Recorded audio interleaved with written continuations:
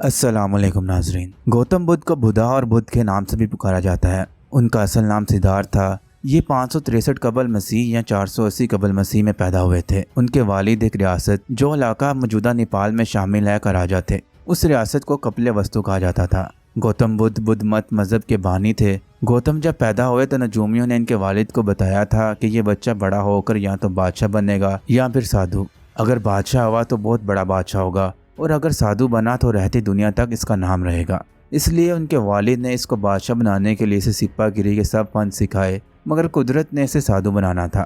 گوتم بدھ بچپن ہی سے غور و فکر اور سوچ بچار میں رہا کرتے تھے۔ زبان کے میٹھے اور دل کے نرم تھے۔ تمام مخلوقات پر ترس کھاتے اور رحم کرتے۔ ایک دن گوتم بدھ نے خواب میں دیکھا کہ ایک مرد بڑھاپے کی کمزوری سے نہ چل سکتا ہے نہ کھڑا ہو سکتا ہے، اور کوئی خواب ہی میں گوتم بدھ سے کہتا ہے کہ ایک دن تو بھی ایسا ہی بوڑھا اور بے کس ہو جائے گا۔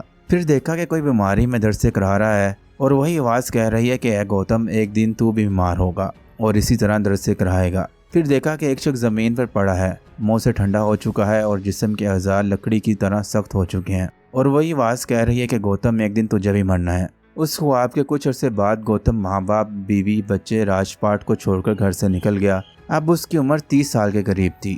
بھارت کے موجودہ صوبے بہار میں واقع گیان کے جنگلوں میں ایک برگد تلے جا بیٹھے۔ وہاں بیٹھ کر وہ گیان دھیان میں مصروف ہو گئے۔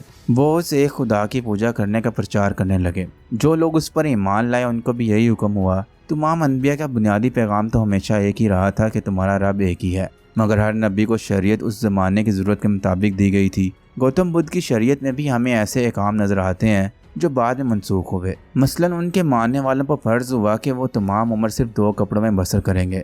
آج بھی بدھ مت کے مذہبی پیشوا اور پیروکار ہمارے احرام سے ملتے جلتے لباس میں ملبوس نظر آتے ہیں۔ گوتم بدھ کی شریعت میں جیو ہتیا حرام تھی۔ انسان کسی جاندار کی جان نہیں لے سکتا تھا، اپنی بھوک مٹانے کے لیے بھی نہیں۔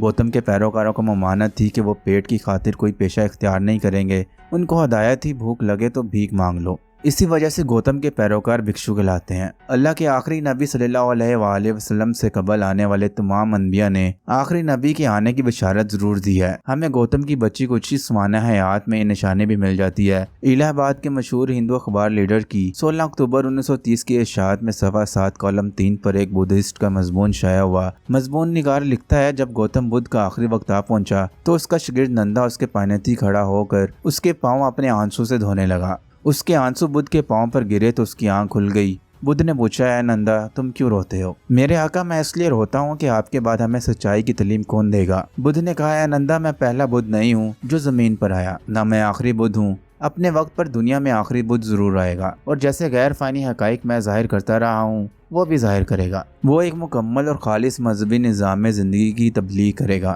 گوتم بدھ کی تحریک تیزی سے آگے بڑھی اور پورے ہندوستان، چین، جاپان، ترکستان، منگولیا، تتارستان اور افغانستان، ایران اور بلوچستان تک پھیل گئی۔ اس تحریک نے برہمنی مذہب کو بہت پیچھے دھکیل دیا، حتیٰ کہ ہندو راجا اشوک نے بھی کلنگا کی جنگ میں 4 لاکھ انسانوں کی لاشیں دیکھ کر بالآخر بدھ مذہب اختیار کر لیا تھا۔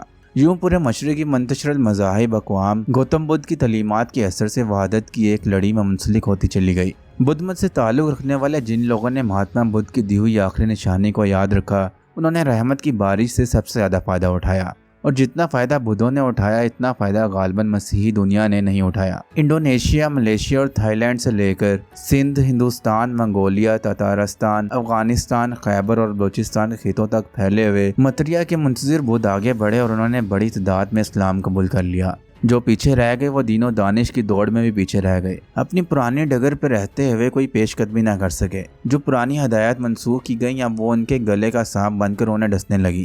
حضرت عیسیٰ علیہ السلام کی شریعت میں حکم تھا کہ اگر کوئی تمہارے ایک گال پر تھپڑ مارے تو تم اسے اپنا دوسرا گال بھی پیش کر دو۔ خاتم الانبیاء صلی اللہ علیہ وآلہ وسلم کی آمد تک زمانے کے حالات اور تقاضے بدل چکے تھے۔ اب امن و امان کے قیام کے لیے بدھ کی عدم تشدد اور جیو ہتیا نہ کرنے والی پالیسی کا علامت تھی نہ مسیح کی دونوں گالوں پر تھپڑ کھا کر بھی خاموش رہنے کی روش۔ ذی شعور انسانیت کو ملنے والی جدید ترین شریعت اسلام میں اجازت دی گئی کہ تم برابر کا بدلہ لے سکتے ہو، آنکھ کے بدلے آنکھ، کان کے بدلے کان اور جان کے بدلے جان، مگر ظلم نہ ہو اور حد سے تجاوز نہ ہو۔